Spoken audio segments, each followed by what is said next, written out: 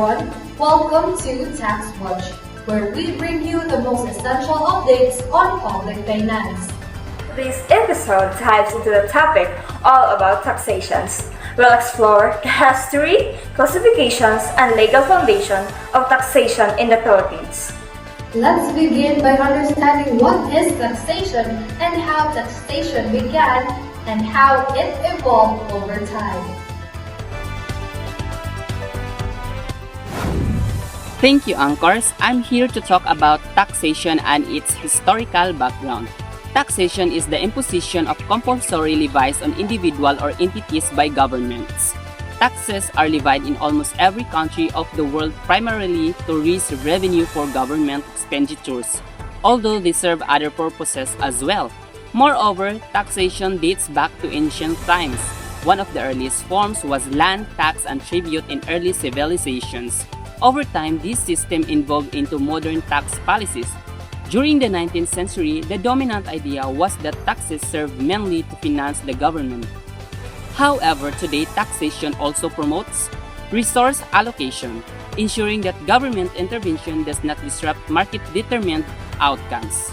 Income redistribution, to lessen inequalities in income and wealth. Stabilization, through tax and government expenditure policy, monetary policy, and debt management. According to economist Richard E. Musgrave, these functions are essential to public finance and economic development. Thank you, Rocky. Now that we've seen the evolution of taxation, let's explore its basic classifications. Here's Joey G to differentiate direct and indirect taxes based on their nature and impact. Okay, Mon. So here are the classes of taxes. In public finance, taxes are classified based on burdens and burden taxes are most commonly divided into two. First is direct taxes. This is the levy directly on the individuals or organization or cannot be shifted to other. Example include income tax, corporate tax, and property tax. The second is indirect taxes. This is the levy of goods and services and are usually passed on the customer. Example is value-added tax, excise tax, and custom duties. Direct taxes are generally progressive, meaning higher income earnings pay more. Indirect taxes are regressive, often affected lower income earnings more due of their spending patterns, and that's all. Thank you, Jolie. For classifications, we now turn to how taxation works in the Philippine setting. Let's go, Kathleen, to learn about our laws and how taxation power is exercised in our country. Thank you. In the Philippines, taxation is a plenary power of the state and is primarily exercised by the Legislative Department as stated in the 1987 Philippine Constitution. However, local government units or LGUs also have the authority to create their own revenue sources under Article 10, Section 5. The major tax laws in the country include: first, the National Internal Revenue Code or the NIRC of 1997, Republic Act 8424. Second is the Train Law, RA 10963. Third is the Customs Modernization and Tariff Act or Republic Act 10863. Fourth is the Local Government Code of 1991 or RA 7160. Other tax-related laws include the Motor Vehicles User Charge, RA 8794, and Travel Tax, PD 1183. These laws provide the legal basis for collecting national taxes like income tax and VAT, and local taxes such as community tax and barangay business tax. That's a solid overview of taxation. From purpose to practice, taxation is essential for financing government services and ensuring social equality. Stay tuned because up next, we're testing your tax knowledge. This is Tax Watch. Don't change the channel.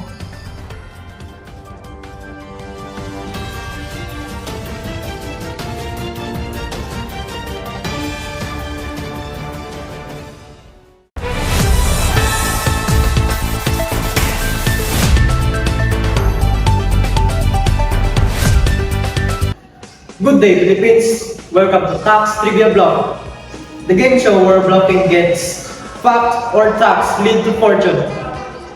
I'm your host, Mark Andre, and today we taste your wits on the world of taxation. Two bluffers, 3 rounds. Only one tells the truth. And can you guess who?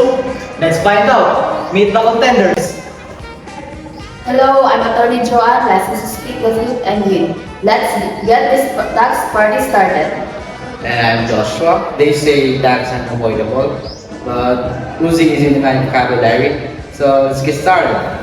Alright, now let's start the first round, which is the proportional, progressive, and regressive taxes.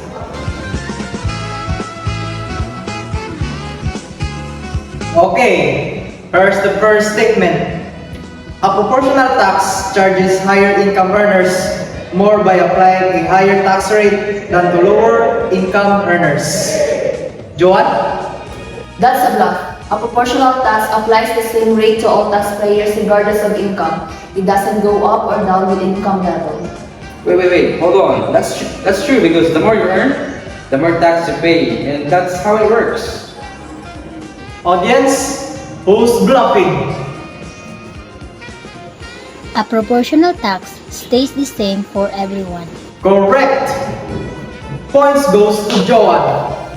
In proportional system, the rate remains constant unlike progressive taxes where it increases as income rises. Okay, let's proceed to the round 2. History of taxation.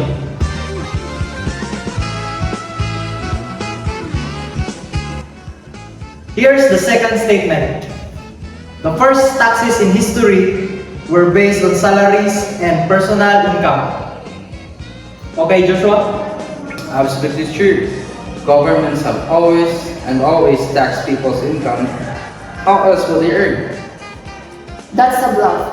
Earlier tax system focused on import duties, land ownership, and poll taxes because they were easier to assess and collect. Income tax came much later. Jana, who's bluffing? Joshua again. Early taxes weren't on income. They tax goods and land. Correct again. Government first tax import goods, land, and people directly, not income. Another point for Joanne. Okay, now we'll proceed to the last round, which is the principle of a sound tax system.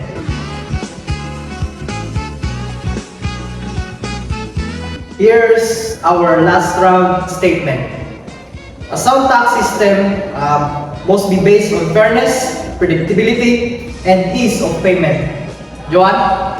That's absolutely true. The principles are equity, certainty, and convenience. Taxes must be fair, clearly defined, and simple to pay. And that's bogus. The only thing that matters is collecting more for everyone whenever possible. Audience, final call. Who's bluffing? Joshua is bluffing again. You nailed it. A sound tax system must consider a taxpayer's ability to pay, should be clear in what's due, and must not be a burden to settle. Clean sweep for Joanne. And that's wraps up another exciting round of Tax Trivia Bluff. Tonight's winner, the power of truth and understanding. Alright, I admit it. Bluffing gets expensive. Time to file my tax returns honestly. Yeah. Just don't charge me interest. Coming up next, found out our travel segment, Tax Edition. Don't go away.